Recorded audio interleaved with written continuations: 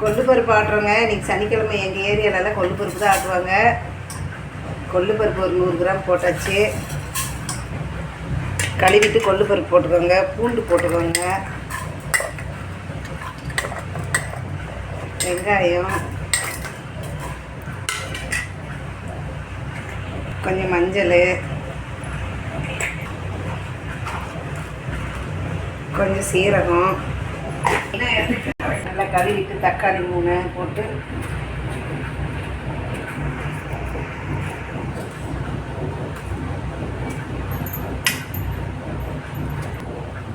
பருப்பு எவ்வளோ வேணும் தண்ணி ஊற்றிக்கோங்க வேகிற அளவுக்கு. கொஞ்சம் தாராளமாக தண்ணி ஊற்றிக்கிட்டா இதுலேயே ரசம் வச்சுக்கலாம். நம்ம கொள்ளு ரசம்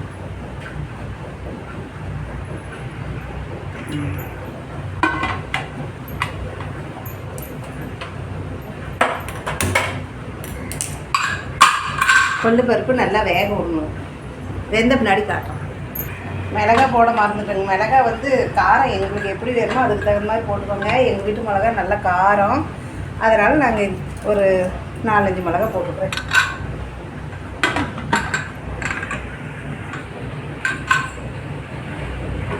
கொள்ளு பருப்பு வெந்துருச்சுங்க. இந்த பதத்துக்கு வேகணும்.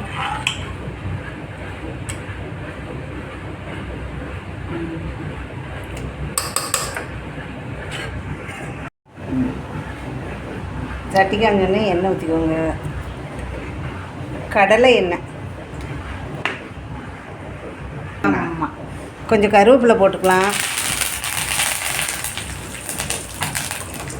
5-6 சீரகம் போட்டுக்கோங்க. வெங்காயம்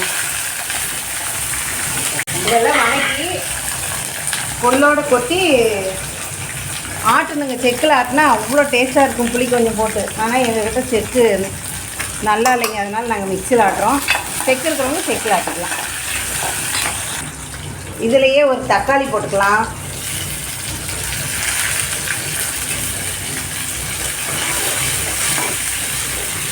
ஒரு சிலர் பச்சை வெங்காயம் போட்டு அப்படியே பச்சை வெங்காயத்தில் போட்டு ஆட்டினா நல்லா டேஸ்ட்டாக இருக்குங்க.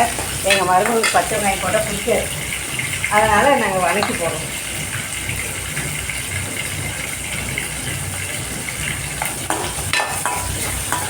அது என்னதுமா? மிளகாய் 2 போட்டுக்கோங்க. காரத்துக்கு கொஞ்சம் வறுத்து, எங்களுக்கு காரம் கம்மியாக இருக்குது, அதனால் 2 மிளகாய் இதில் போட்டு வறுத்து ஆட்டிக்கலாம்.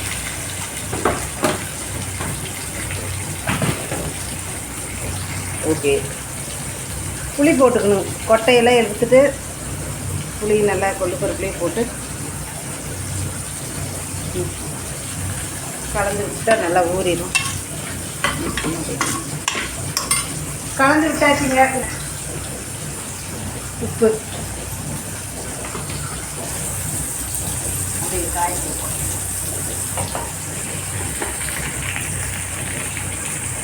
பெருங்காயம் போட்டுக்கோங்க.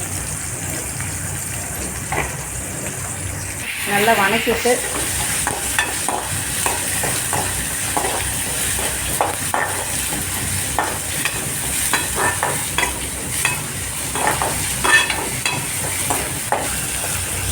அவ்வளோதாங்க. வணங்கிடுச்சு. எடுத்து இதில் கொட்டிக்கலாம். கொள்ளு பருப்போடு ஒன்றா கொட்டிக்கிட்டு ஆறின பின்னாடி நம்ம அரைச்சிக்கலாம்.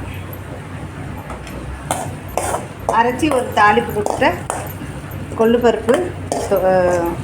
பருப்பு ஆட்டுறது இந்த சைடு அப்படி தானே சொல்லுவாங்க. இது தண்ணி வந்து இது கரெக்டாக இருக்குதுங்க. உங்களுக்கு ரசம் வேணும்னு நினச்சிங்கன்னா நீங்கள் வந்து தண்ணி கொஞ்சம் கூடுதலாக வைக்கலாம். நாங்கள் ஆட்டி துவையல் மட்டும் எடுத்துக்கிறோம், சட்னி மாதிரி செஞ்சு எடுத்துக்கிறோம். அதனால் வந்து தண்ணிக்கு வந்து கரெக்டாக வச்சுருக்குறோம். கொள்ளு பருப்பு ஆட்டுறோங்க. மிக்சியில் போட்டு நாங்கள் 2 இதாக போட்டு அரைச்சிப்போம்.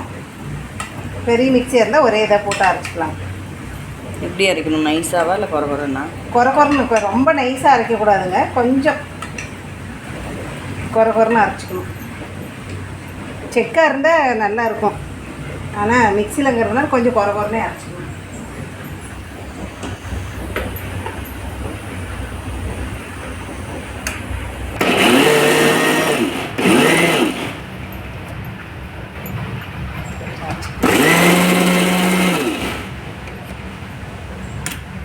போதுமா?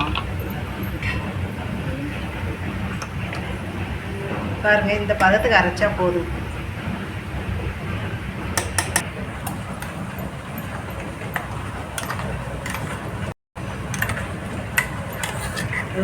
இவ்வளோ அரைச்சா போதுங்க. இதுக்கு மேலே நெகுன்னு அரைச்சா நல்லா இருக்காது.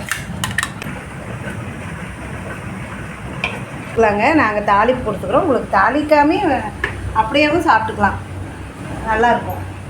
ஆனால் நாங்கள் தாளிச்சுக்குவோம், கருவேப்பிலெல்லாம் போட்டு கொஞ்சம் தாளிச்சுக்குவோம். இதிலே கொள்ளு வறுத்து துவையல் அரைக்கலாம், கொள்ளு துவையல். இப்போ தண்ணி நாங்கள் கணக்காக வச்சுக்கிட்டோங்க. எங்கள் வீட்டில் ரசம் இருக்கிறதுனால, இல்லைன்னா ரசம் வச்சுருப்போம், கொள்ளு தண்ணி இருத்து ரசம் வச்சுருப்போம். மறுபடியும் ஒரு வீடியோ போடுறோம்.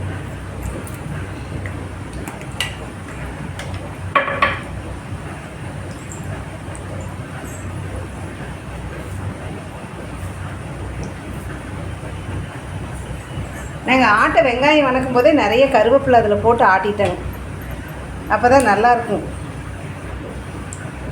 வாசமாக இருக்கும், நல்லா முடியும், நல்லா க்ரோ ஆகும்.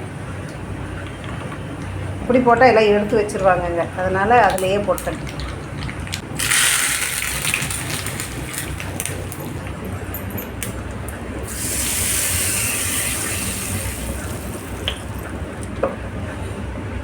கொள்ளுப்பருப்பு ஆட்டி தாளிச்சாச்சுங்க.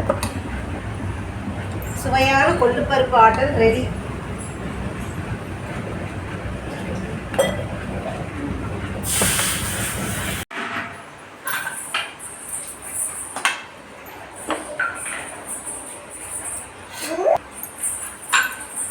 சாதம் போட்டாச்சுங்க. கொள்ளுப்பருப்பு ஆட்டினது,